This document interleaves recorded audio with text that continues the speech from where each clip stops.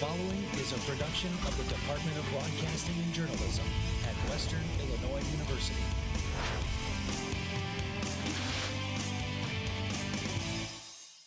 Live from Salee Hall in high definition. News 3 starts now. Coming up on Live at 4, the recent resignation of a student government officer is being called unethical and unprofessional. Plus, the Illinois budget impasse hits the Department of Motor Vehicles. So how is it affecting the registration renewal process? And it's looking like we'll be seeing warmer temps this weekend. Nicholas Stewart's Storm Team 3 forecast later on. We begin with Budget Impasse 2015 coverage. Illinois is one step closer to having a budget, but there could be many state entities still left without funding. On Wednesday, the House passed a bill to send more than $3 billion to local governments, lottery winners, and domestic violence services. But higher education and many social services are not seeing any funding so far. The House voted 107-1, sending the spending bill to the Senate next. The Senate plans to return to session on Monday. The state has been without a budget for 5 months. This Tuesday marked the first time Governor Bruce Rauner met with the state leaders in nearly 6 months. And in more budget news, the stalemate is now affecting the Department of Motor Vehicles. Secretary of State Jesse White's office announced it will no longer be mailing out notices when a vehicle owner's registration needs to be renewed. According to the IllinoisPolicy.org, the state estimates the suspended reminders will save roughly $450,000 per month. The Secretary of State estimates this will allow the department to continue mailing out vehicle registration stickers into early next year. Vehicle registration info and sign up for email renewal notices are found on cyberdriveillinois.com. And in local news, the McDonough County Sheriff Drug Unit helped take one drug off the streets. During a traffic violation stop, police say they found Gregory Kemp in possession of a handgun and under 5 grams of meth. At the same time, agents investigated a house in Prairie City, Illinois. Police found the resident Corey Custer in the possession of stripped lithium batteries, empty blister packages of pseudoephedrine, and many other items used to manufacture meth. Both individuals are charged with possession of meth. Kemp also has 5 other charges. That we present this certificate to Pella Corporation in recognition of their outstanding corporate citizenship and commitment to the Macomb community. John, I want to thank you very, very much. Thank you. Property redevelopment to a historic building at the former Maumart property at 314 North Lafayette Street is moving forward. At Monday night's City Council meeting, Mayor Mike Inman thanked Macomb's Pella Company for donating windows for the former railroad station. Pella manufactures windows and doors. Residents can expect to see the new windows in place by the end of the week. And in university news, WIU's Student Government Association sent a big university issue to facilities management. At Tuesday night's SGA meeting, there was a big debate over adding disability-accessible doors to the 3 freshman residence halls. Most freshmen with disabilities get housed in Lincoln, Washington, or Caroline Grody because the freshman residence halls are inaccessible for them. The bill's co-author says this then removes them from getting the entire freshman experience. SGA members expressed their concerns and passed the bill to get it put on the facilities management's list of things to do. They hope it gets done during winter break. In more out of the Student Government Association, an SGA officer resigned her position earlier this week amid some controversy. At Tuesday night's SGA meeting, Senator-at-Large Bree Bracey told members she was leaving her position. She expressed her love of SGA, but continued to say she believed some decisions made by the executive board regarding leadership positions were unethical and unnecessary. Bracey says the dismissal of a cabinet member is one reason for her resignation. In an interview with the Western Courier, SGA President Will Greedle said Bracey was unprofessional in her announcement and that the notions that the executive board wanted to extend their power is false. News 3 contracted her to get a statement, but we've gotten no response. And the McDonough County Health Department is advising local business owners to start displaying no smoking signs. This is following the 2008 Smoke-Free Illinois Act, which bans smoking indoors or within 15 feet of an entrance to a public building. The department says it's performed compliance checks at several non-food businesses, and many aren't displaying appropriate signage. Businesses who do not comply with the law will be fined. A copy of the sign can be printed out at smokefreeillinois.gov. Streaming services like Spotify and Pandora are reshaping the music market. Time magazine says music streaming services took in $477 million in revenue in the first half of 2015. But what's catching everyone's attention is the rise of physical album sales. News 3's Jason Chauvin has the story on vinyl's comeback. The recent increase of vinyl sales in 2015 has caught many by surprise, but the consumers aren't just buying the classic albums. just whatever people are into. You know, the NWA album sold really well when the movie was out. It's just kind of, it's like anything else, whatever's hip and trending, that's what sells. Sometimes it's hard to find vinyl collectors, but News 3's own Sam T. Jensen has been collecting records for quite some time now. Since I was maybe like 15 or 16, I just started out with, my parents had a couple. I'd just be able to see them all over the place. And I mean, I didn't really think of myself as a collector, I guess, until recently when I realized just how many I had. According to recording industry statistics, CD revenues have decreased by 32% in 2015, while vinyl revenue has increased by 52%. Rockin' Records numbers hold true to this. We sell just as many records as we do CDs. I think that's pretty remarkable for something that for a long time people thought it was just like a thing of the past. But, you know, every new group likes to put their album on vinyl now. Even though there are high-quality streaming services, there's still something about vinyl that can't be competed with. There's something about it. It's big, you hold it in your hands, it's got a smell, you know, and there's just something about dropping the needle on it and watching it spin. You get to hold it and look at it, and you can just kind of say you have a little piece of history. It's just a matter of time until we see if vinyl can keep growing. For News 3, I'm Jason Chauvin.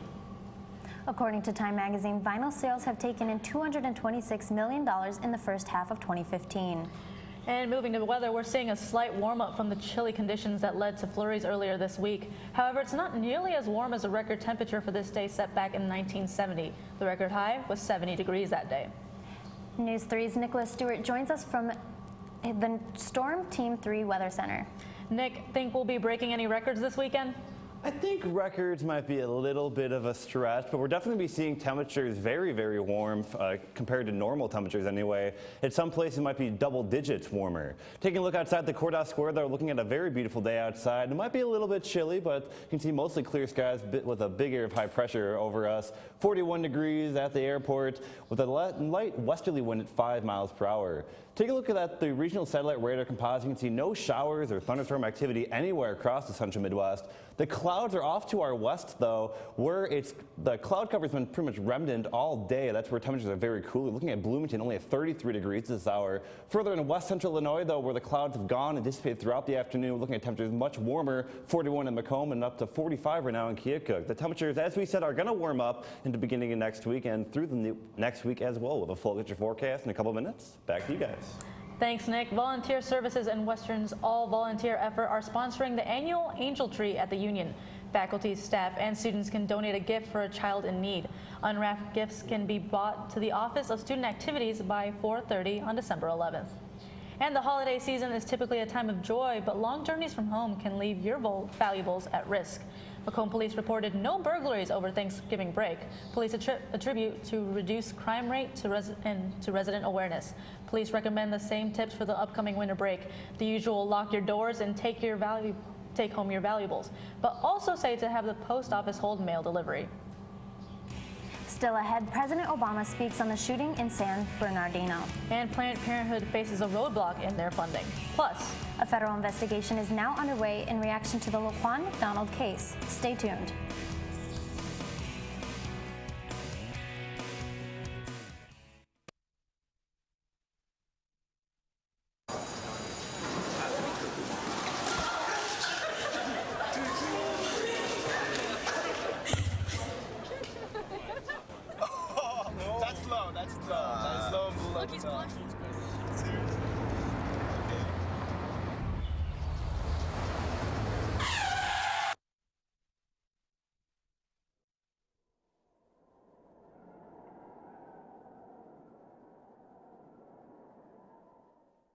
Stories, they happen everywhere. At News 3, we go the distance and tell them firsthand. Across the region, tornadoes tore through a neighborhood in Washington, Illinois. Across the state. You're at the state capitol in Springfield for the gubernatorial race. Across generations. We have a lot of people that are very dedicated, who are all volunteers. The stories that inform us, the stories that move us, the stories that matter from a fresh perspective. Don't worry, 74 people were picked before me in the NFL draft. To fight childhood obesity, United Way and the NFL are helping kids play more. To donate or volunteer, go to unitedway.org/play60. Now I get it. My favorite thing about WIU is how much we work as a team. Everyone here has helped immensely, and when we work together, the outcome is amazing. Producing for the newscast, writing for the newscast, going to City Council every Monday. It's something that I've learned that it takes a team. There's no such thing as an I. If there's an I, then we know that something's going to go wrong. I really do believe WIU has prepared me for the outside world. I can't wait to see where I end up. I have to thank everyone that has been involved. You know, Jasmine Creighton, she has managed to help me overcome that scary part. And the way that you have a great show is not the content that you have, it's the people who you work with. And here at WIU, I have had a chance to work with some excellent people. Now from Macomb, high definition, you're watching Colleen Judge, Anna Malay Zuniga, Storm Team 3's 5-day outlook, and sports with Danny Fry. Live at 4 continues. News developing this afternoon out of Washington, D.C. The U.S. Senate votes to defund Planned Parenthood. The Senate voted mostly along party lines, 54 to 46, in favor of a bill that would repeal much of the Affordable Care Act and included a clause to take away federal funding for Planned Parenthood. The bill moves to the House, where it's expected to pass. President Obama has already pledged to veto the bill should it reach his desk. President Obama addresses Wednesday's shooting by a married couple in St. Bernardino, California that left 14 dead and 21 injured. The president offered thoughts and prayers for the victims and once again called on measures of prevention. We're going to have to, I think, search ourselves as a society to make sure that we can take basic steps that would make it harder, not impossible, but harder for individuals to get access to weapons. The president says it's possible the shooting was terrorist related, but investigators aren't sure yet. He adds it's also possible the shooting could have been the result of workplace violence. Federal investigators are working with local law enforcement to determine a motive for the shooting. Illinois Attorney General Lisa Madigan has asked the federal government to investigate the Chicago Police Department, and this amid angry protests over the way the city of Chicago responded to the shooting of 17-year-old Laquan McDonald. CNN's Mary Maloney reports. No justice, no peace. Protesters stormed City Hall. Show us your hands. Outside the mayor's office, the crowd calls for the head of the city, Rahm Emanuel, to step down. Critics say city officials covered up key details of the shooting death of Laquan McDonald. Prosecutors say a white police officer killed the black teen.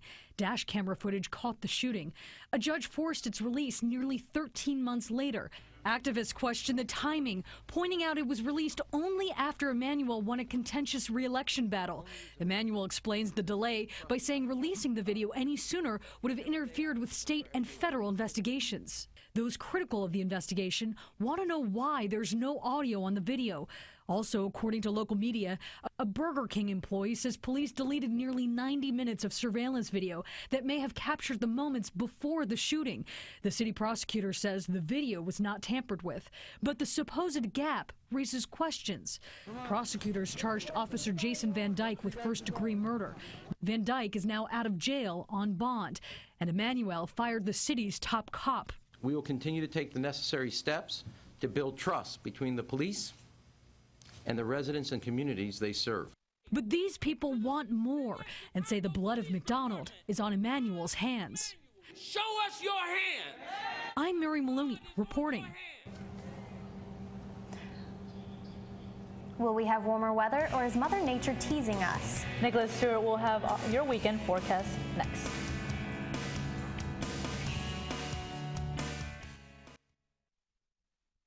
So, I got this new family, and I don't know what it is about this one, but she can't seem to put down that toy all day long. Tap, tap, tap, tap. Oh, and she even talks to it. She talks to that more than she talks to him. What's up, bro? Nice shirt.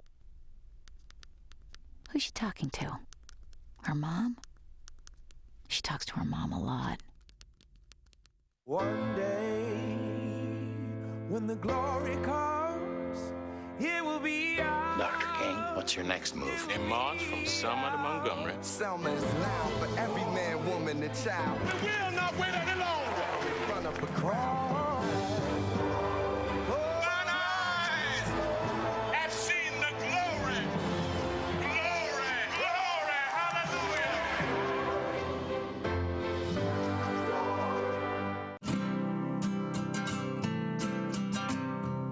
Every day across America, excess food is gathered by a network of good people at local food banks, giving hope to millions of children who struggle with hunger. They've earned their wings, and you can too. Together, we can solve child hunger. Support Feeding America and your local food bank at feedingamerica.org. So they say it's a man's world? I don't see anybody's name on it. While they were doing their thing, we slowly changed ours. Today, women can do anything men can do. And there's one thing we're even better at.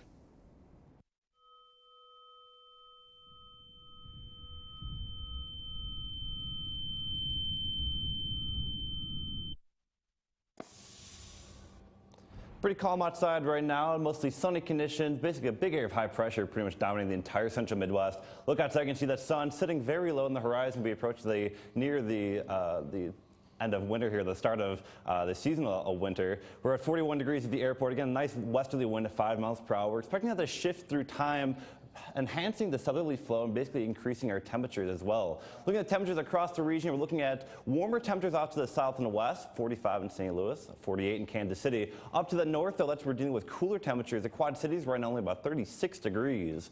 As we go through time, though, we're going to be seeing a shift in the weather conditions as we go through the next several days. But right now, we can see that in the look at the Midwest weather tracker here. The satellite radar composite, you can see these clouds eroding from west to east. Right here in west central Illinois, that's where we're seeing that cloud cover basically begin to dissipate. That's why temperatures are fairly warm compared to other areas of the state. Again, we're looking at temperatures only in the 30s across the far eastern end of the state. For tonight, we're going to see this area of high pressure build off to our south. That's going to begin increasing the southerly flow. We're looking at temperatures basically right around the freezing mark, maybe just below freezing tonight. We also might be dealing with some fog. And if we get that fog, it might start freezing on the surfaces. So if you're driving outside, make sure you're very careful. Could be some slick surfaces.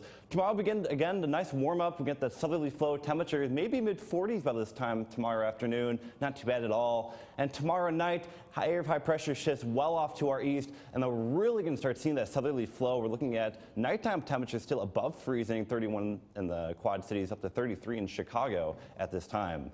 Looking at the outlook for temperatures, again, this is from the Climate Prediction Center, the seasonal outlook.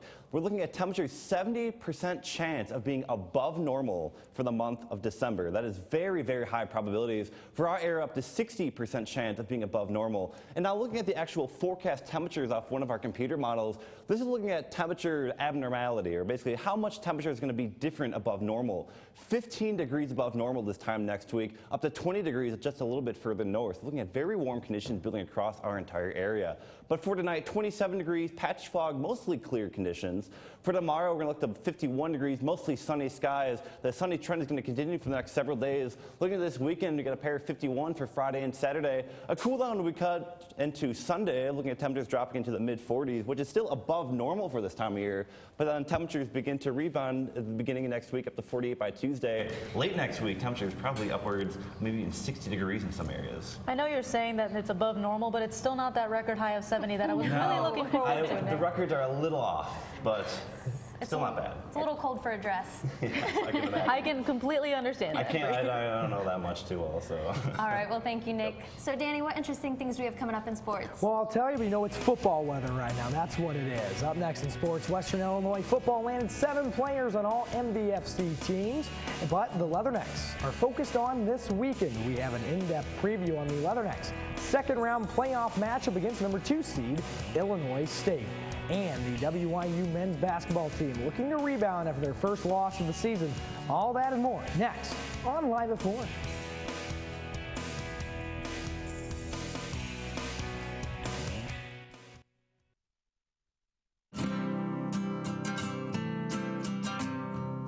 Every day across America, Excess food is gathered by a network of good people at local food banks, giving hope to millions of children who struggle with hunger. They've earned their wings, and you can too. Together, we can solve child hunger.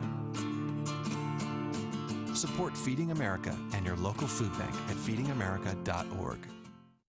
Hey everybody! Heart disease affects 1 in every 3 women in America, but you can fight back. There's no time to lose. Mothers, sisters, daughters, families, and friends, it's time to shout louder, stand stronger, and demand change. Let's go! To the Batmobile. Dang it. To the invisible jet! Dang it. Together, we can put an end to heart disease. It's time to go red for women. I could use your help. Yeah!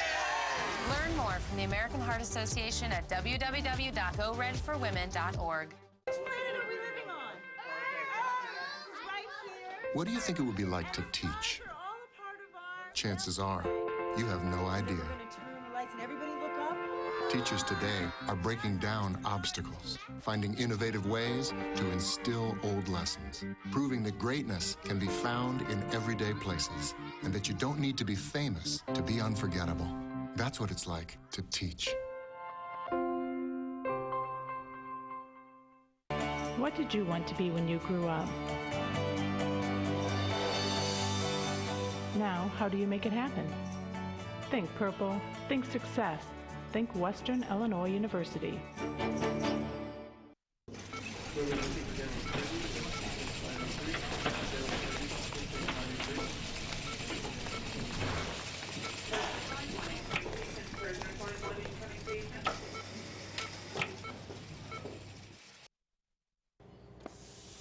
Welcome back. I'm Danny Fry with sports. 7 all-MVFC selections for WIU football this season, including Leatherneck head coach Bob Nielsen being named Missouri Valley Football Conference Coach of the Year.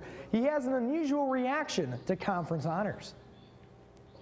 It's nice to be recognized. You know, I'm one of those coaches that struggles a little bit with some of the all-conference stuff because you work for 20-some weeks building a football team, and then at the end you recognize individuals. And as I told our guys last night, you know, in my mind, I think we've got a lot of first-team all-conference guys, and that's the reason why we're in the position that we are right now. One of the goals of the season for Leatherneck football was to make the playoffs. Now that goal is accomplished, and the attention shifts to a second-round playoff rematch at Illinois State. It actually is a little bit surreal that we're here. You know, it's awesome. Like, we put in a lot of work and effort to get here, and you know, it's a great honor to be here and a great feeling. But you know, we're trying to stay alive. As a team, it tested us a lot.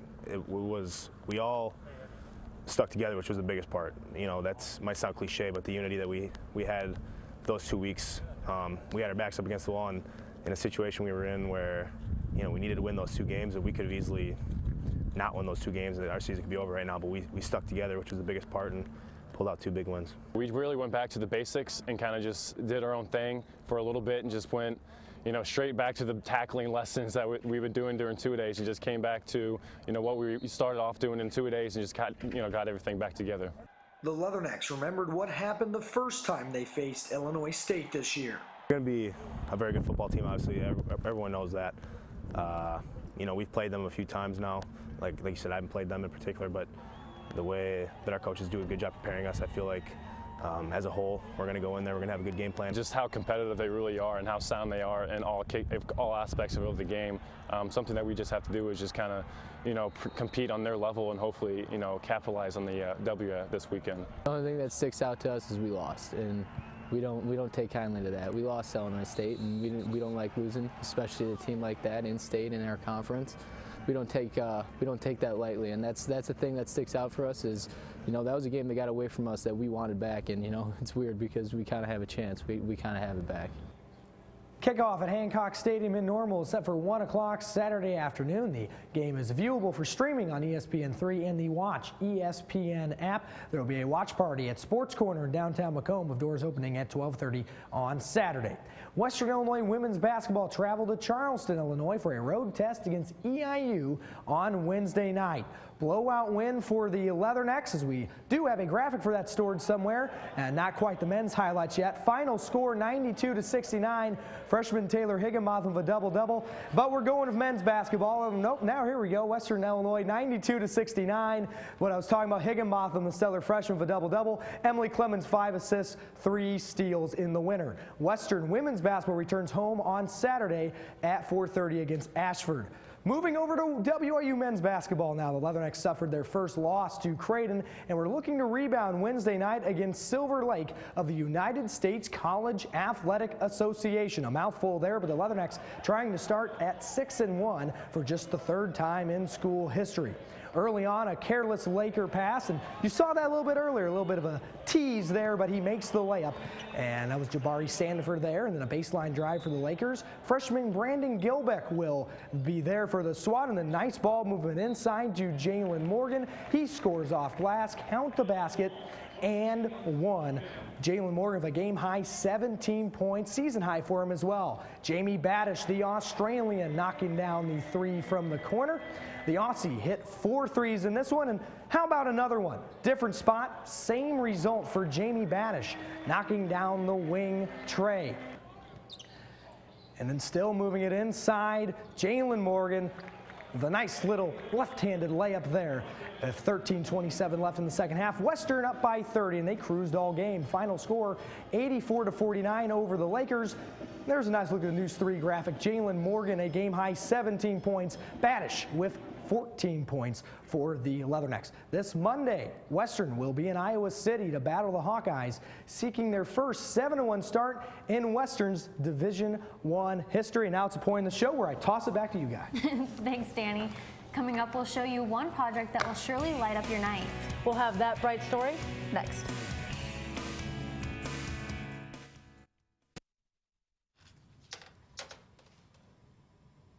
Wow, these are really good. You act surprised.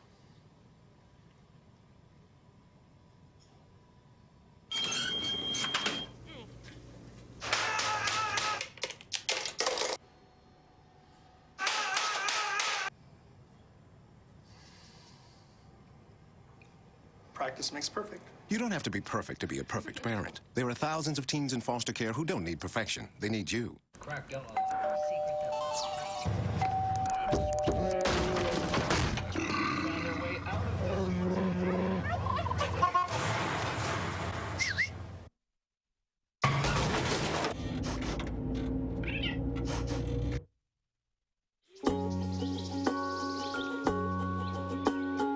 Getting closer to nature can get you closer to your family. Go to discovertheforest.org.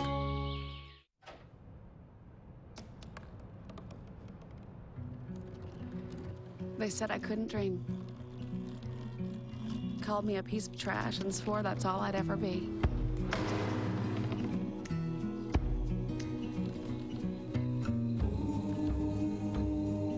Said a bottle couldn't see the ocean.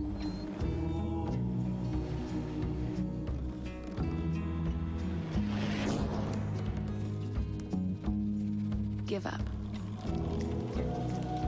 Go back to the dumpster.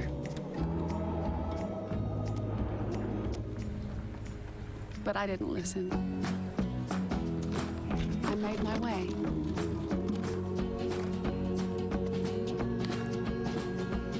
And now, I am what I've always wanted to be.